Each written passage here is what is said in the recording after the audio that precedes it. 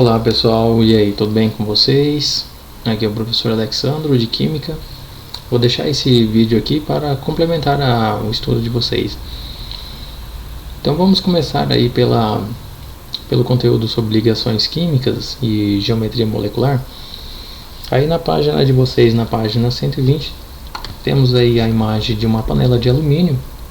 E aqui ele fala na panela de alumínio, né, que essa panela ela é formada de alumínio, porque o alumínio, né, é um metal leve e um bom condutor térmico. E também quais são as outras propriedades? Tem uma boa condutibilidade elétrica, maleabilidade dos metais, né, que no caso o alumínio também é de formar lâminas, né, maleabilidade e baixa densidade.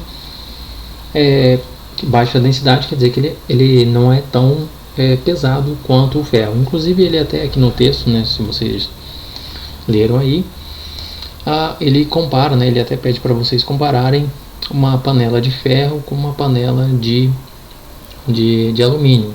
A panela de ferro é bem mais pesada, né, bem mais densa, então isso dificultaria, né, o manuseio, né? Então por isso que é usado muito a panela de alumínio. Inclusive ele até fala também para vocês compararem alguns objetos aí formados por ferro, igual aqueles ferros antigos de passar roupa, né?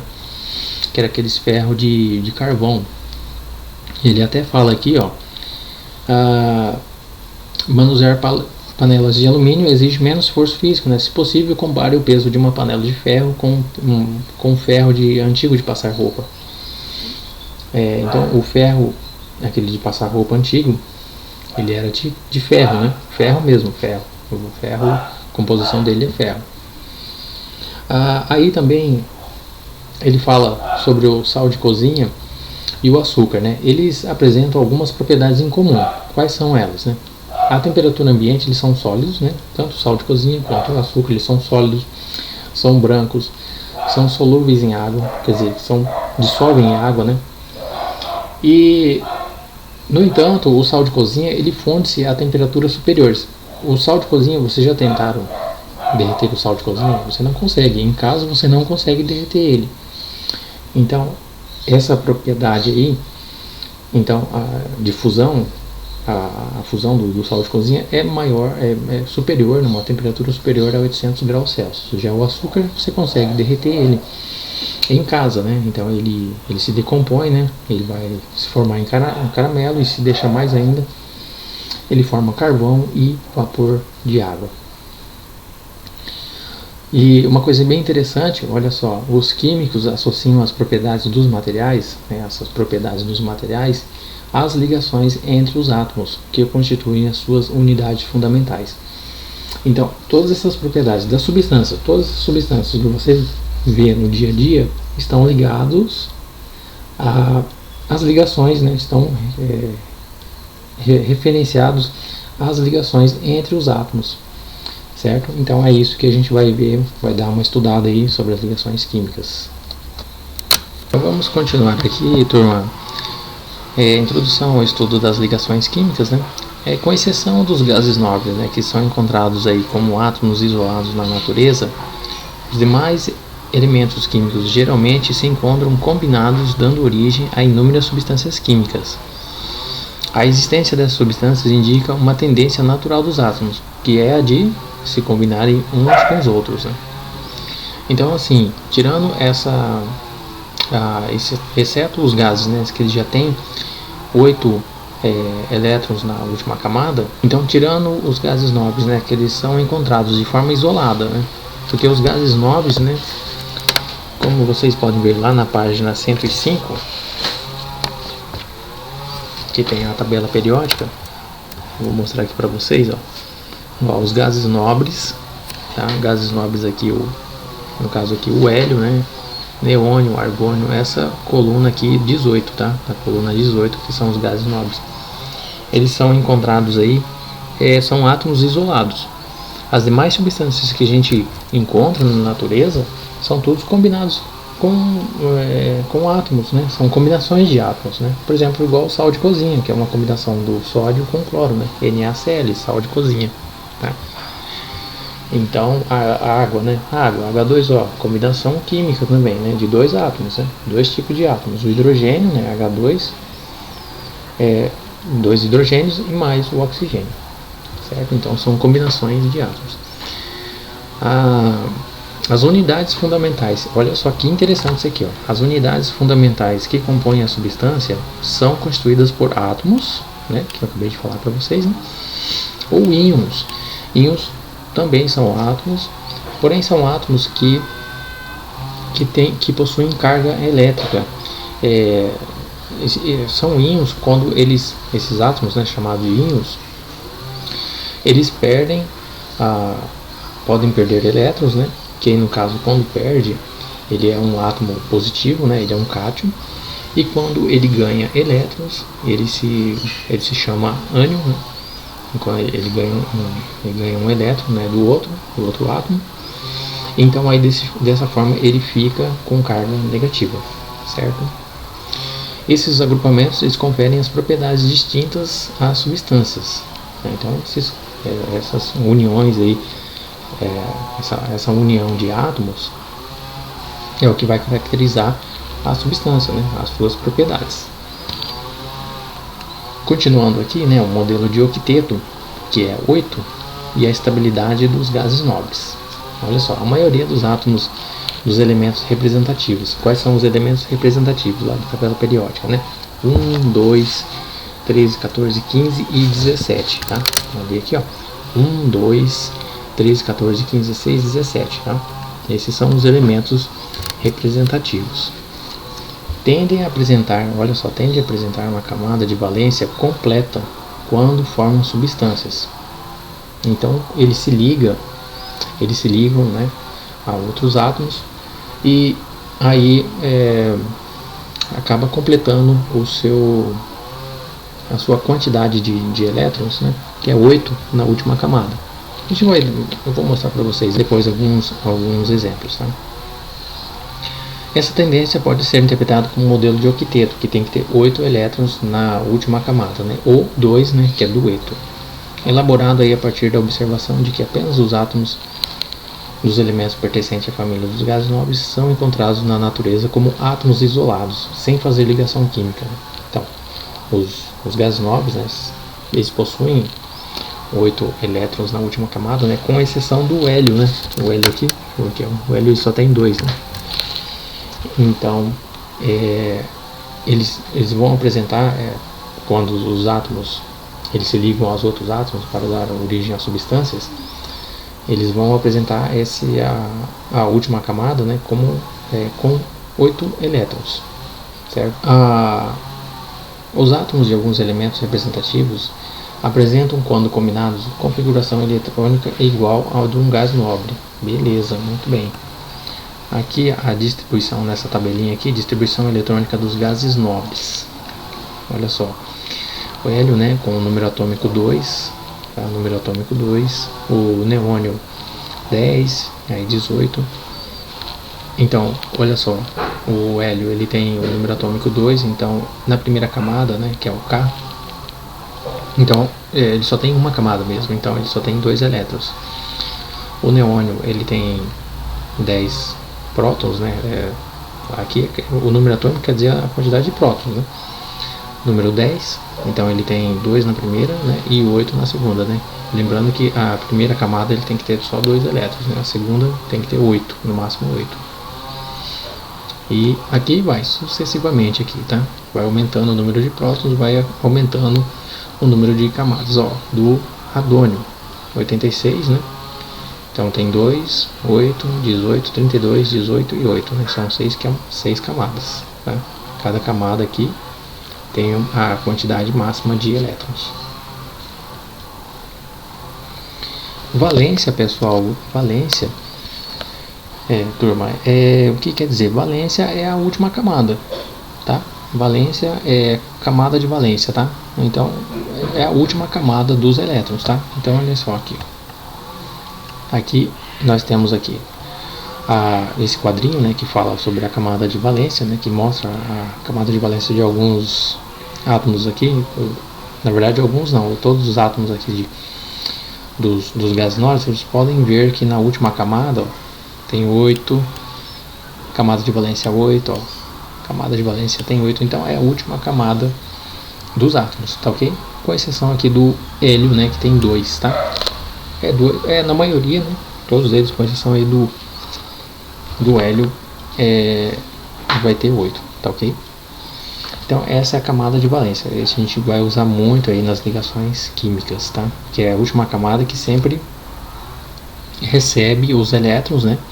Ou os átomos também doam elétrons para outros átomos nessas ligações químicas. Então vamos lá continuar, turma. Substâncias iônicas, moleculares e metálicas, né? Então as propriedades das substâncias, elas fornecem ferramentas para elaboração de modelos que permitem correlacionar a estrutura com as propriedades dos materiais. Então nós temos aqui nessa tabela, aí na página 122, e essa tabela ela mostra algumas propriedades específicas de algumas substâncias, né? Então nós temos aqui o ouro, substância ouro, fórmula química, né, a fórmula AU, a temperatura de fusão 1064 graus Celsius, né, a 1 atm, que a 1 atm quer dizer que a nível do mar. Então, assim, ele comparando todos a mesma pressão, tá? E a temperatura de ebulição aí também a 1 atm, que é 2856, né? Então a temperatura de fusão é o derretimento, né? E a temperatura de ebulição é a fervura, né? Olha só, condutibilidade elétrica é sólido, o ouro é um bom condutor, em líquido também. Na verdade, todos os metais aí, todos eles, tanto em sólido quanto líquido, eles são bons condutores de eletricidade. Aí nós temos ali o cloreto de sódio, que é o sal de cozinha, né? Olha só, temos aí a temperatura de fusão 800 graus Celsius. Então para derreter ele tem que estar 800 graus Celsius. Algo assim que não é possível, né? No nosso dia a dia, em casa, em forma doméstica, você colocar o sal lá e não vai derreter, tá? Então isso aí tem que ser em altos fornos, né? Que você consegue derreter o sal. Então, só um exemplo de substância aí, né? Que é o cloreto de sódio. E como vocês podem ver aí, a fórmula é o que? Cloro mais sódio, né? Sódio mais cloro. 2 átomos aí. E a temperatura de ebulição de 1465 graus Celsius. Né? E ele é em sólido, ele é mau condutor de eletricidade. Na forma líquida, né? Ele é um bom condutor de eletricidade. O cloreto de cálcio também. Vocês podem ver aí que tem altas temperaturas aí em seu ponto de fusão, né? Temperatura de fusão, temperatura de ebulição. Também a mesma coisa aí. Condutibilidade elétrica é mau condutor no sólido e bom condutor, né, em estado líquido. Aí vocês podem ver os demais aqui. Aí nós temos a sacarose, né, que é o açúcar. Aí ele, como vocês podem ver, já diminui, né, a sua temperatura de fusão para 185. Já a sacarose, que é o açúcar, você consegue derreter, né, assim num ambiente doméstico. E como vocês podem ver, essa sacarose, água, cloro e enxofre, vocês podem ver essas substâncias aí e as suas fórmulas químicas, se vocês observarem, são todos átomos ligados entre si, né? São ligações entre átomos que não tem um metal, né? Vocês podem ver que não tem nenhum metal. E quando tem essa ligação de covalente, né? Então para você derreter ele, o ponto de fusão, o ponto de ebulição são bem baixos. Olha, e a condutibilidade elétrica também é bem ruim, é mau condutor, tá? Tanto em sólido quanto em líquido. E aqui embaixo, né, ele fala um pouco para observar os dados de condutibilidade elétrica, né?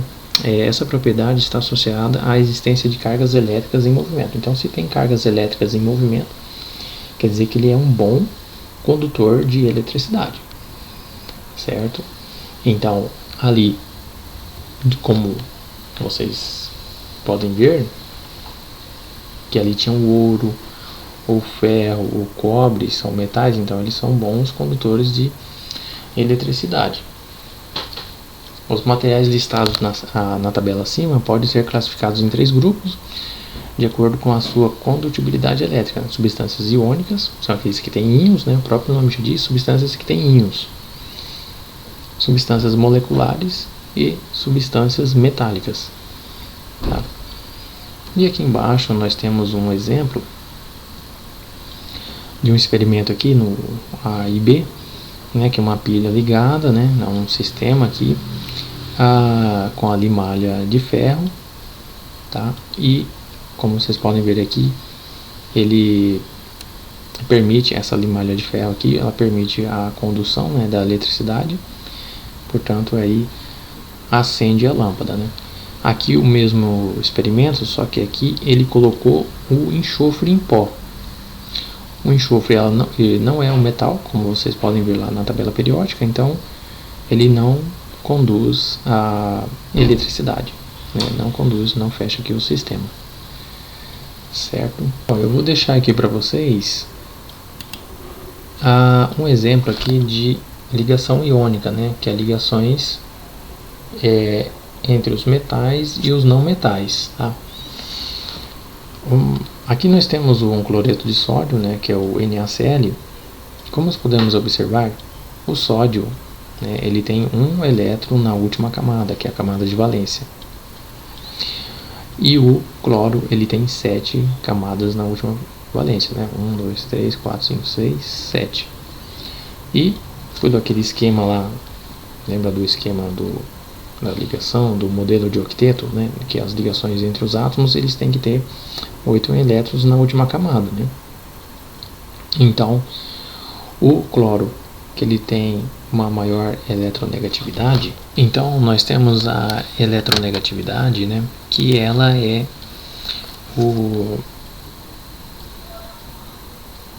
uma grandeza aí, né, que corresponde à capacidade que o átomo de um elemento tem de atrair elétrons. Então, ele é uma capacidade que tem de atrair os elétrons.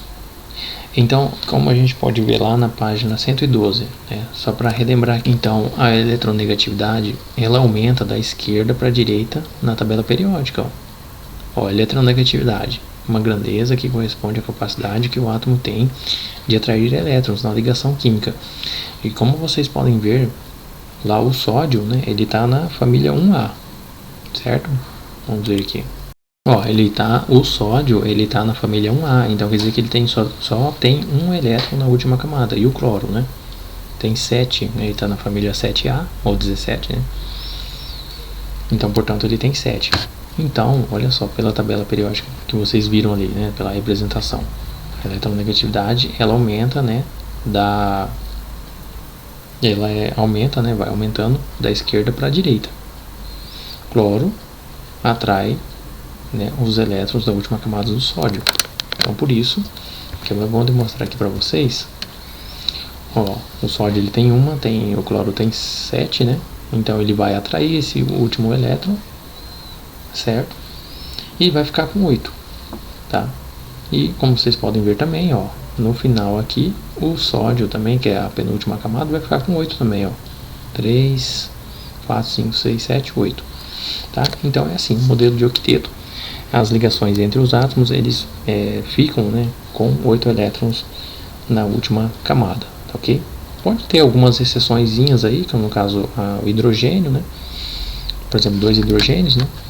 Que são 2, e o hélio, né, que já possui, né, os dois elétrons na última camada, né?